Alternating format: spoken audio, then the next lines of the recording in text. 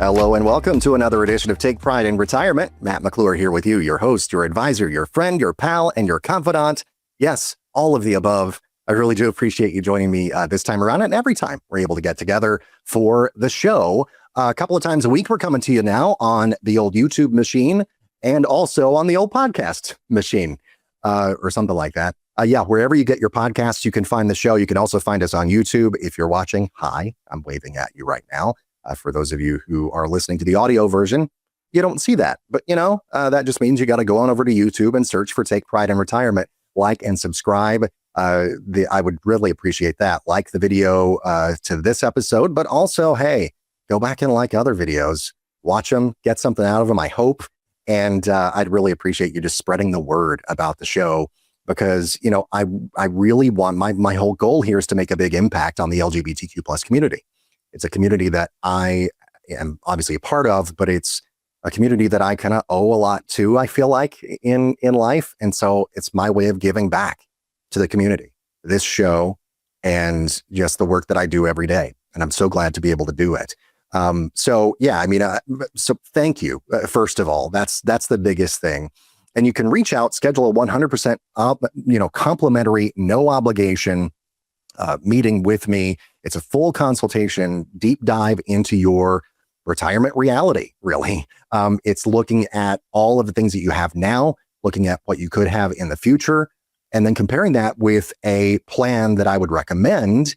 And you know what? If you're in great shape, I'll tell you, you're in great shape, but chances are I can help you. And if I absolutely can help you, then I will and I want to. That includes a Social Security analysis as well, based on your previous earnings and all the things, really detailed report called an RSSA roadmap. And that's obviously free as well. And this is a lot of value that you get for free. So once again, go to takeprideinretirement.com. That's the website, takeprideinretirement.com. Few ways to get in touch with me there. Just choose one and click it. And I almost sounded like an insult. Choose one and click it. But no, just choose one of the options there to reach out and do it. Also, you can give me a call if that's more your speed. 855-246-9211. 855-246-9211. All right. LGBTQ plus and individuals and couples, listen up to this show because we are talking about, I just mentioned it, Social Security this episode. It's kind of a deep dive into Social Security. We've talked about it before on the show, but it bears repeating. I like to do this every so often. Things do change. We got the cost of living adjustment for this year that's been implemented, all that stuff. And people always have questions. And so I kind of like to tailor things as I go forward based on questions that I had in the past. And so some big questions hopefully will get answered. And one of the biggest answers to a lot of this stuff is, like anything financial, it depends. Because you are you, right? There's no other you. There's no other person who is like you. I mean, people obviously have similarities and all that stuff. There's this weird thing that just happened. So my husband and I, we watch Jeopardy all the time, but we DVR it or we record it, whatever you call it these days. We record it in the cloud and we watch it. We're like behind. We're several weeks behind still. And so there was a guy who is a Jeopardy contestant and was a champion. I don't know. He's still the champion when we're watching, but this was a couple months ago now. But he's an identical twin of a guy who was a longtime champion. And I was having an out of body experience. I was like, oh my gosh, what is going on? Until that first break when Ken Jennings, the host, walks down the line and meets the contestants. And he goes, don't adjust your sets. This is a twin of the guy, and the other guy was in the audience. And I was like, oh yeah, okay, that makes sense. So even though they look a lot alike, they're not exactly alike. They talk a lot alike, the whole thing, identical twins. But even if you have an identical twin, there is only one you. That identical twin, chances are, has not saved and spent exactly like you have and all the things. So it all boils down to what is right for you. And those options are there. It's not, Social Security is not a one size fits all thing, much like your finances in general and your retirement plan in general. It's not one size fits all. It's customized for you. And so we're going to start today with kind of what the market environment looks like right now and why that matters for Social Security planning. It makes planning kind of in advance more important than it has been. And then we'll talk about, early versus delayed claiming and what that decision could mean for you long term. That's probably the number one question that I get as an advisor. When should I claim? Well, depends. Do you need the money now? Do you need the money later? We'll go through that as well. We'll also cover spousal, survivor, and divorce-related rules that a lot of people miss, especially important for the LGBTQ plus community. And we're going to look at how taxes and Medicare premiums can quietly reduce what you actually keep. A lot to get to in about 20 minutes. So I'm going to do it. We got 10 pounds of show to cram into a 5-pound bag here. So let's get right into it with the market backdrop today and why it matters. So looking at the big picture, market conditions can really shape your retirement outcome. Think about the people who retired or were planning to retire in that, what's kind of called the lost decade there between 2008 and 2018-ish, something like that, where it's like, boy, there was slow growth some years in the market, and then there was no growth in the market some years, and then there's slow growth and then no growth. And it was like, especially in the beginning of that, where we had the big market downturns, 2008 and all that, after the Lehman Brothers went under, and the housing crisis and all of those things just spelled disaster and led to the Great Recession. And so those people, time was not on their side. And so market conditions really reshaped their retirement outcome or their potential retirement outcome long before they filed for Social Security. Interest rates, inflation, market volatility, all of those things influence how long your savings can last and how much retirees end up relying on guaranteed income. And guaranteed income source, the biggest one for most folks, is Social Security. Here's the thing, though, and there was actually a quote that I found about this from FDR, Franklin Delano Roosevelt, the president who signed the Social Security Act into, or whatever the name of the actual bill was, but signed Social Security into law. And he was saying, look, it's not meant to lead to streets paved with gold and, pay for an easy life for you so you can move to Bora Bora and never have to worry about anything again. Obviously, I'm paraphrasing, but Social Security is only meant to cover about 40% of your pre-retirement income. And that's, for the average worker there. And for many people, people rely on it way too much. They try to replace too much of their income with Social Security and don't have other income sources in retirement. I mean, retirement income often these days needs to last 20 to 30 years. And so the LGBTQ plus lens matters for this discussion as well, because a lot of people just didn't have smooth, uninterrupted careers, myself included. I had an interrupted career. I missed out on several years of income that I was relying on because of workplace discrimination. And so it happened to me. It could happen to you. Obviously, this was several years ago, but still, I was in my 20s, and it's prime time to start earning and saving and all that stuff. And I ended up with a lot less money than I thought I would, and it was not a pretty situation for me financially. So I've had to spend years digging myself out of that hole. And so some people experienced those types of things because of discrimination. Others delayed saving because they waited for legal recognition of their relationships. Those realities can mean, you have, kind of like me, fewer peak earning years, which makes Social Security claiming decisions even more important. And when savings had less time to grow, guaranteed income matters even more. Markets are going to rise and fall. And in fact, the market declines about 10% or more, every few years, really. If you kind of look at history, inflation over time will erode your purchasing power. So if you've got inflation eroding purchasing power and you've got a market decline in whatever particular given year, and you're withdrawing income during that market downturn, especially if it's early in retirement, that can significantly increase the risk of running out of money later on. And so Social Security plays a critical role in that. Benefits are paid for life. They're adjusted annually for inflation.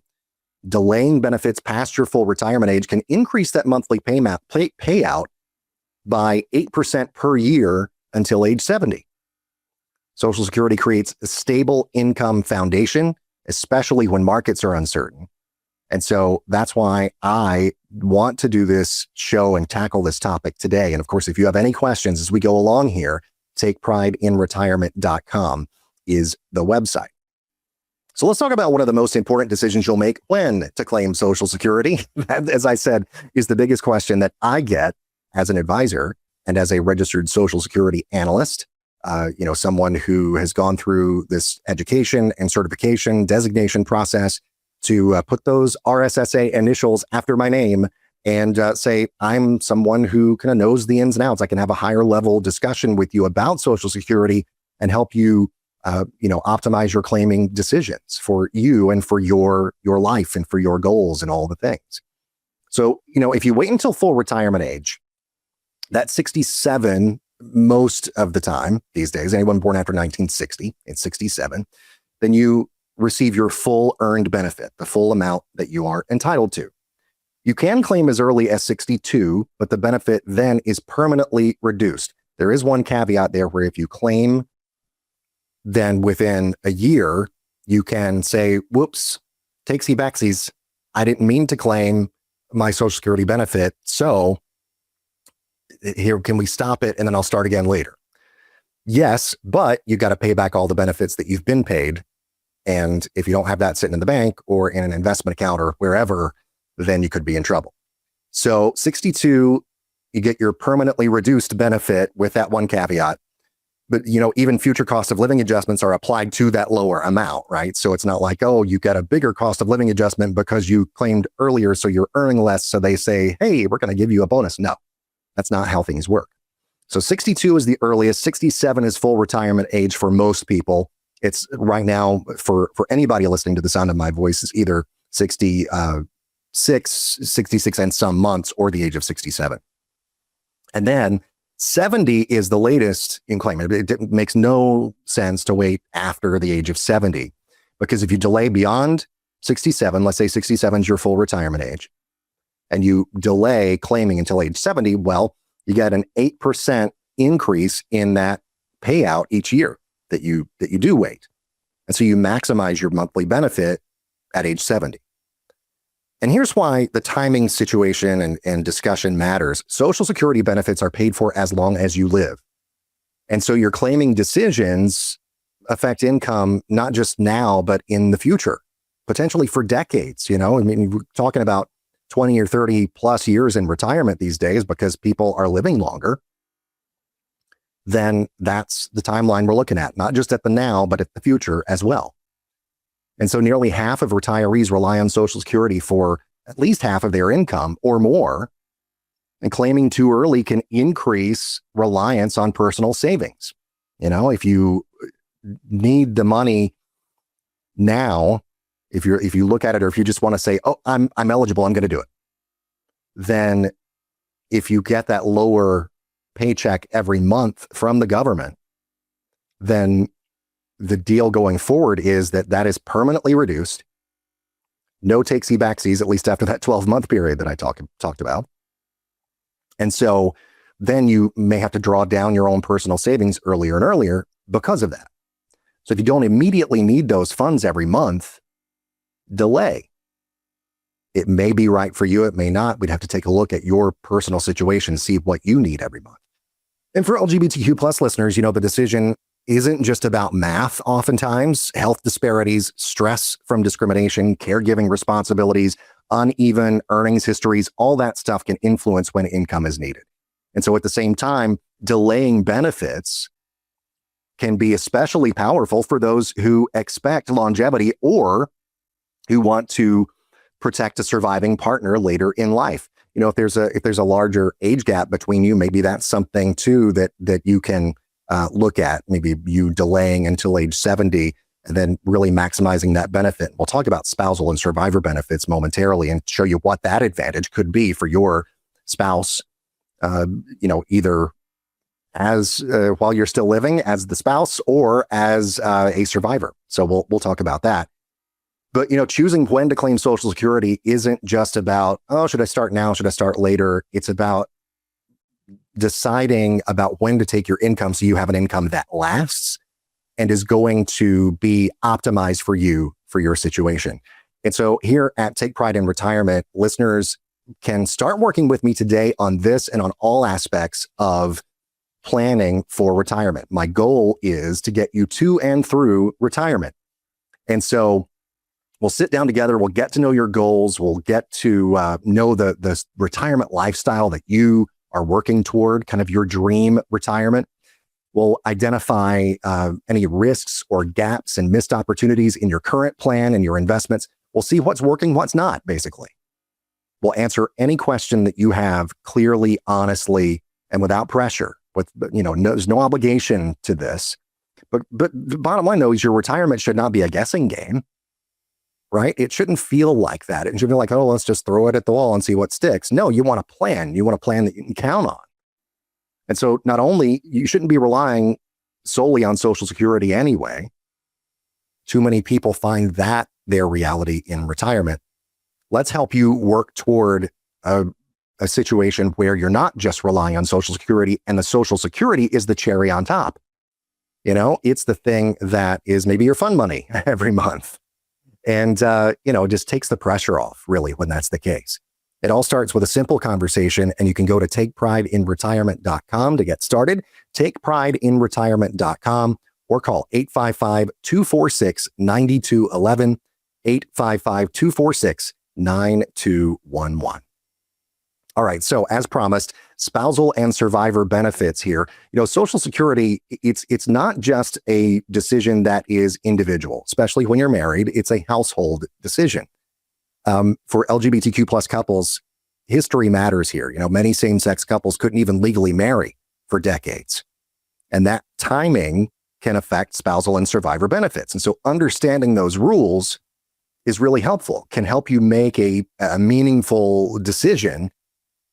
And it can help you, realize what the difference is in lifetime income. So with those lenses on, let's talk about this. A spouse may be eligible for up to 50% of their partner's full retirement age benefit. So that benefit number at age 67 for the higher earner, if you, as the lower earner, are entitled to a benefit that is less than half of that. Let's say you're only, let's say one of you is a doctor or a lawyer and the other one is a starving artist, for example. And so there's going to be an income disparity there.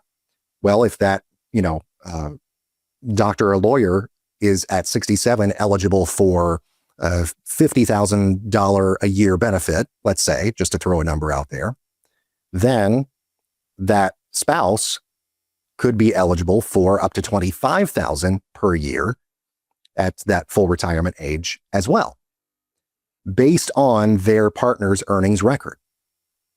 Now, survivor benefits work a little differently. So spousal benefits are while you're still alive, you and your spouse are still alive. So the lower earning spouse can get up to half of what is earned by, or what the benefit is at full retirement age by the higher earner, right? So spousal benefits, that is spousal benefits. Survivor benefits later on, when one spouse passes away, let's say you're both getting paid Social Security benefits at that time, one of the checks is higher than the other. Both checks don't survive that, but the one that does survive is the larger amount of the two. So that check from that higher earner is going to be the one that survives. The lower amount goes away. So only, one of those paychecks remains. It is the higher of the two. Sounds great. And in a lot of ways, yeah, it is. It can be for your situation, but you got to keep in mind, you're still losing money that was coming into the household. So it's something that you got to plan for. You just got to have all of this in mind. And so the spousal benefit and the survivor benefit, this discussion is really important because there are many women and LGBTQ plus surviving spouses as well tend to live longer. If you're a surviving spouse in an LGBTQ plus couple, or if you're a woman, you live longer. And so delaying the higher earning partner's benefit can dramatically increase survivor income later on in life. That's what I was talking about later on. If you are a higher income earner, if you are, maybe a little bit older as well, it could make sense for you to delay all the way out to age 70, maximize your benefit, and then that maximizes income for that surviving spouse later on in life. It's like, you're paying it forward a bit in that way. And so again, for a lot of LGBTQ plus couples, the decision here is not just financial. It's about dignity. It's about stability. It's about independence. And so if you're married or you're partnered, these decisions are big and they should be evaluated together, not separately. So visit takeprideinretirement.com. Give me a call, 855-246-9211. We'll go through it. I'll give you that RSSA roadmap, that detailed look at your own situation for what you could get for your benefits and how to optimize it for you. All right, so some rules about divorce. It's another one that comes up in the LGBTQ plus community. I just had a meeting with someone not long ago who was in the process of going through a divorce. It's not an easy thing. It's not ever a subject that people want to discuss or talk about really ever because it's hard. It's difficult. And divorce changes a lot of things, right? I mean, it doesn't automatically, though, erase Social Security eligibility. That's the good news. And it's especially relevant in the LGBTQ plus community. A lot of people may be married later in life because of marriage equality not being a thing earlier, right? And it also, maybe you were in a situation like this person that I was speaking with not long ago, where you were either closeted or whatever the situation was and ended up marrying someone of the opposite sex early in life. Maybe then you quickly realized or slowly realized, maybe this wasn't such a good idea. And, you divorce later on, whether amicably or not. And that could be your situation. That's sort of the more common one for me. And so if you were married for 10 years or more, you may be eligible for benefits based on your ex-spouse's work record. Now, claiming on an ex does not reduce their benefit, doesn't affect them at all, right? Survivor benefits may still apply as well, even if you're ex-married. But if you were married for 10 years, you are currently single, you haven't remarried, you can potentially claim benefits based on your ex-spouse's earnings record. And then it sort of works like a spousal benefit at that point. But many people assume that those benefits ended with the marriage. No, not the case. Not the case at all. Others delay claiming because they believe their ex has to file first, but that's not always true either. That's something you need to check on as well. The benefits are earned, they are not favors.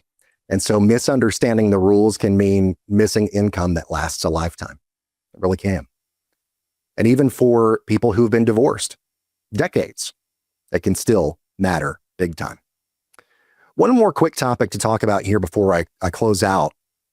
Taxes and Medicare. And you think, okay, this whole thing's been about Social Security. What about taxes and what about Medicare?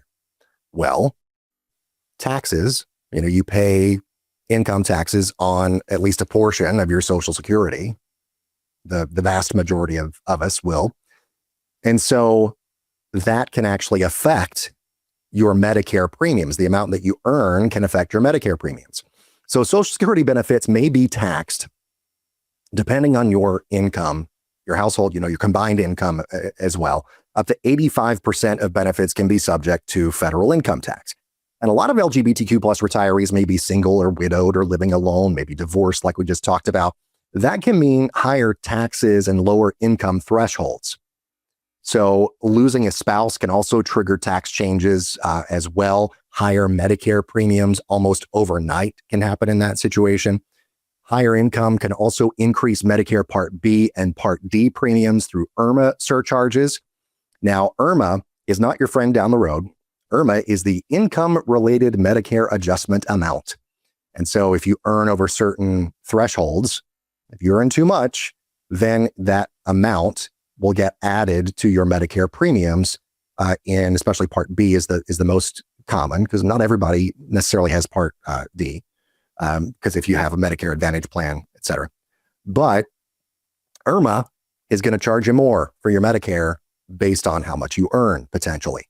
And sometimes for an entire year, due to a one-time income spike, you could be paying a bunch of money for your Medicare premiums that are applicable to you, even for just a year, because there's a 2-year look-back period. So it's like what you have now, what you earn now is going to affect you in a couple of years. And so you got to just be aware of that, plan for that, and make sure that your planning includes a look at Social Security, a look at any potential income spikes that you may have going forward. And Social Security planning is important to be a part of the overall planning situation, right? It should never happen by itself on an island in isolation. Coordinating claiming decisions with tax strategy going forward, with all of the other things taken into account, the timing, personal pensions that you may generate. And I can walk you through how to do that as well and help you along that route.